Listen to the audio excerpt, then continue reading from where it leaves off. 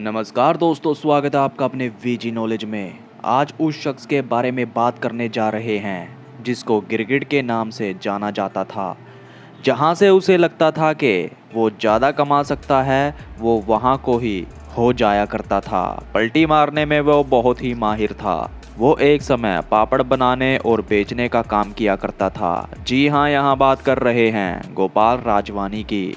Shoot out at Lokhandwala, जिस flat में ये एनकाउंटर हुआ था, उस फ्लैट का मालिक यही गोपाल राजवानी था।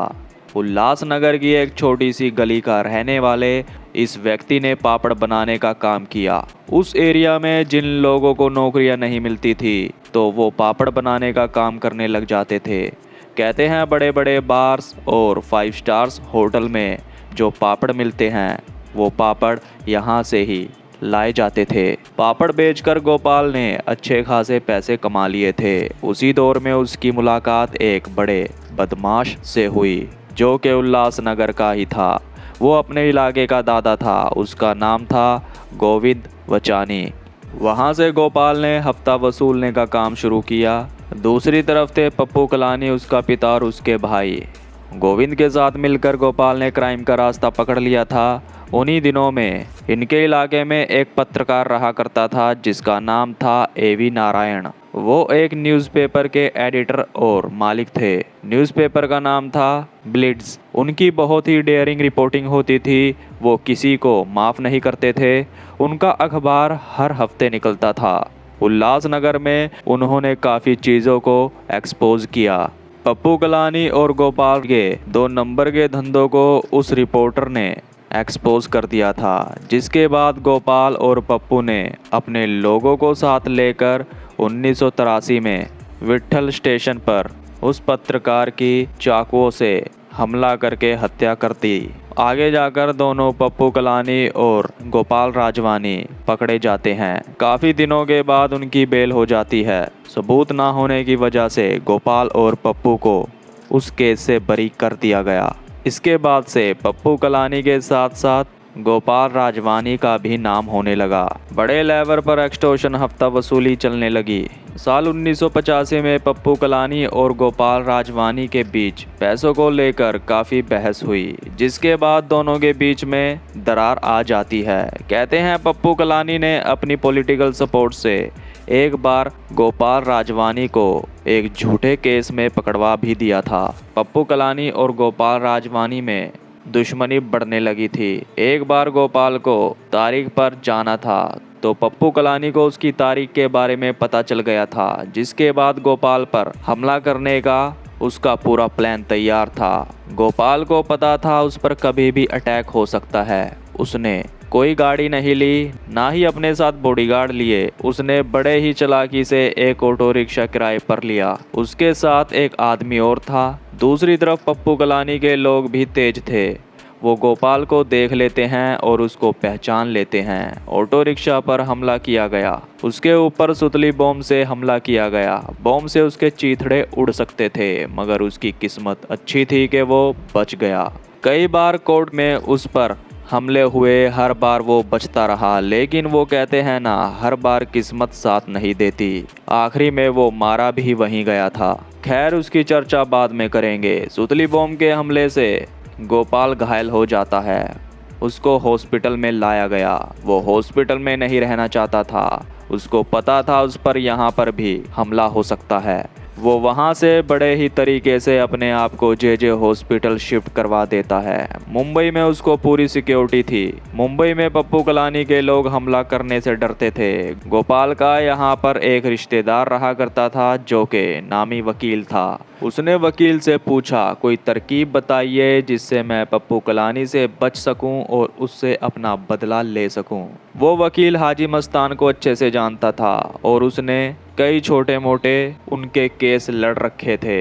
उस वकील के कहने पर हाजी मस्तान गोपाल की मदद करने को मान जाता है। जब गोपाल ठीक हुआ तो हाजी मस्तान ने दुबई में बैठे दाऊद से बात की। हाजी मस्तान ने गोपाल को दुबई में शरण देने की दाऊद से सिफारिश की।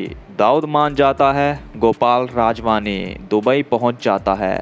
उसने दाऊद की शरण ले ली थी।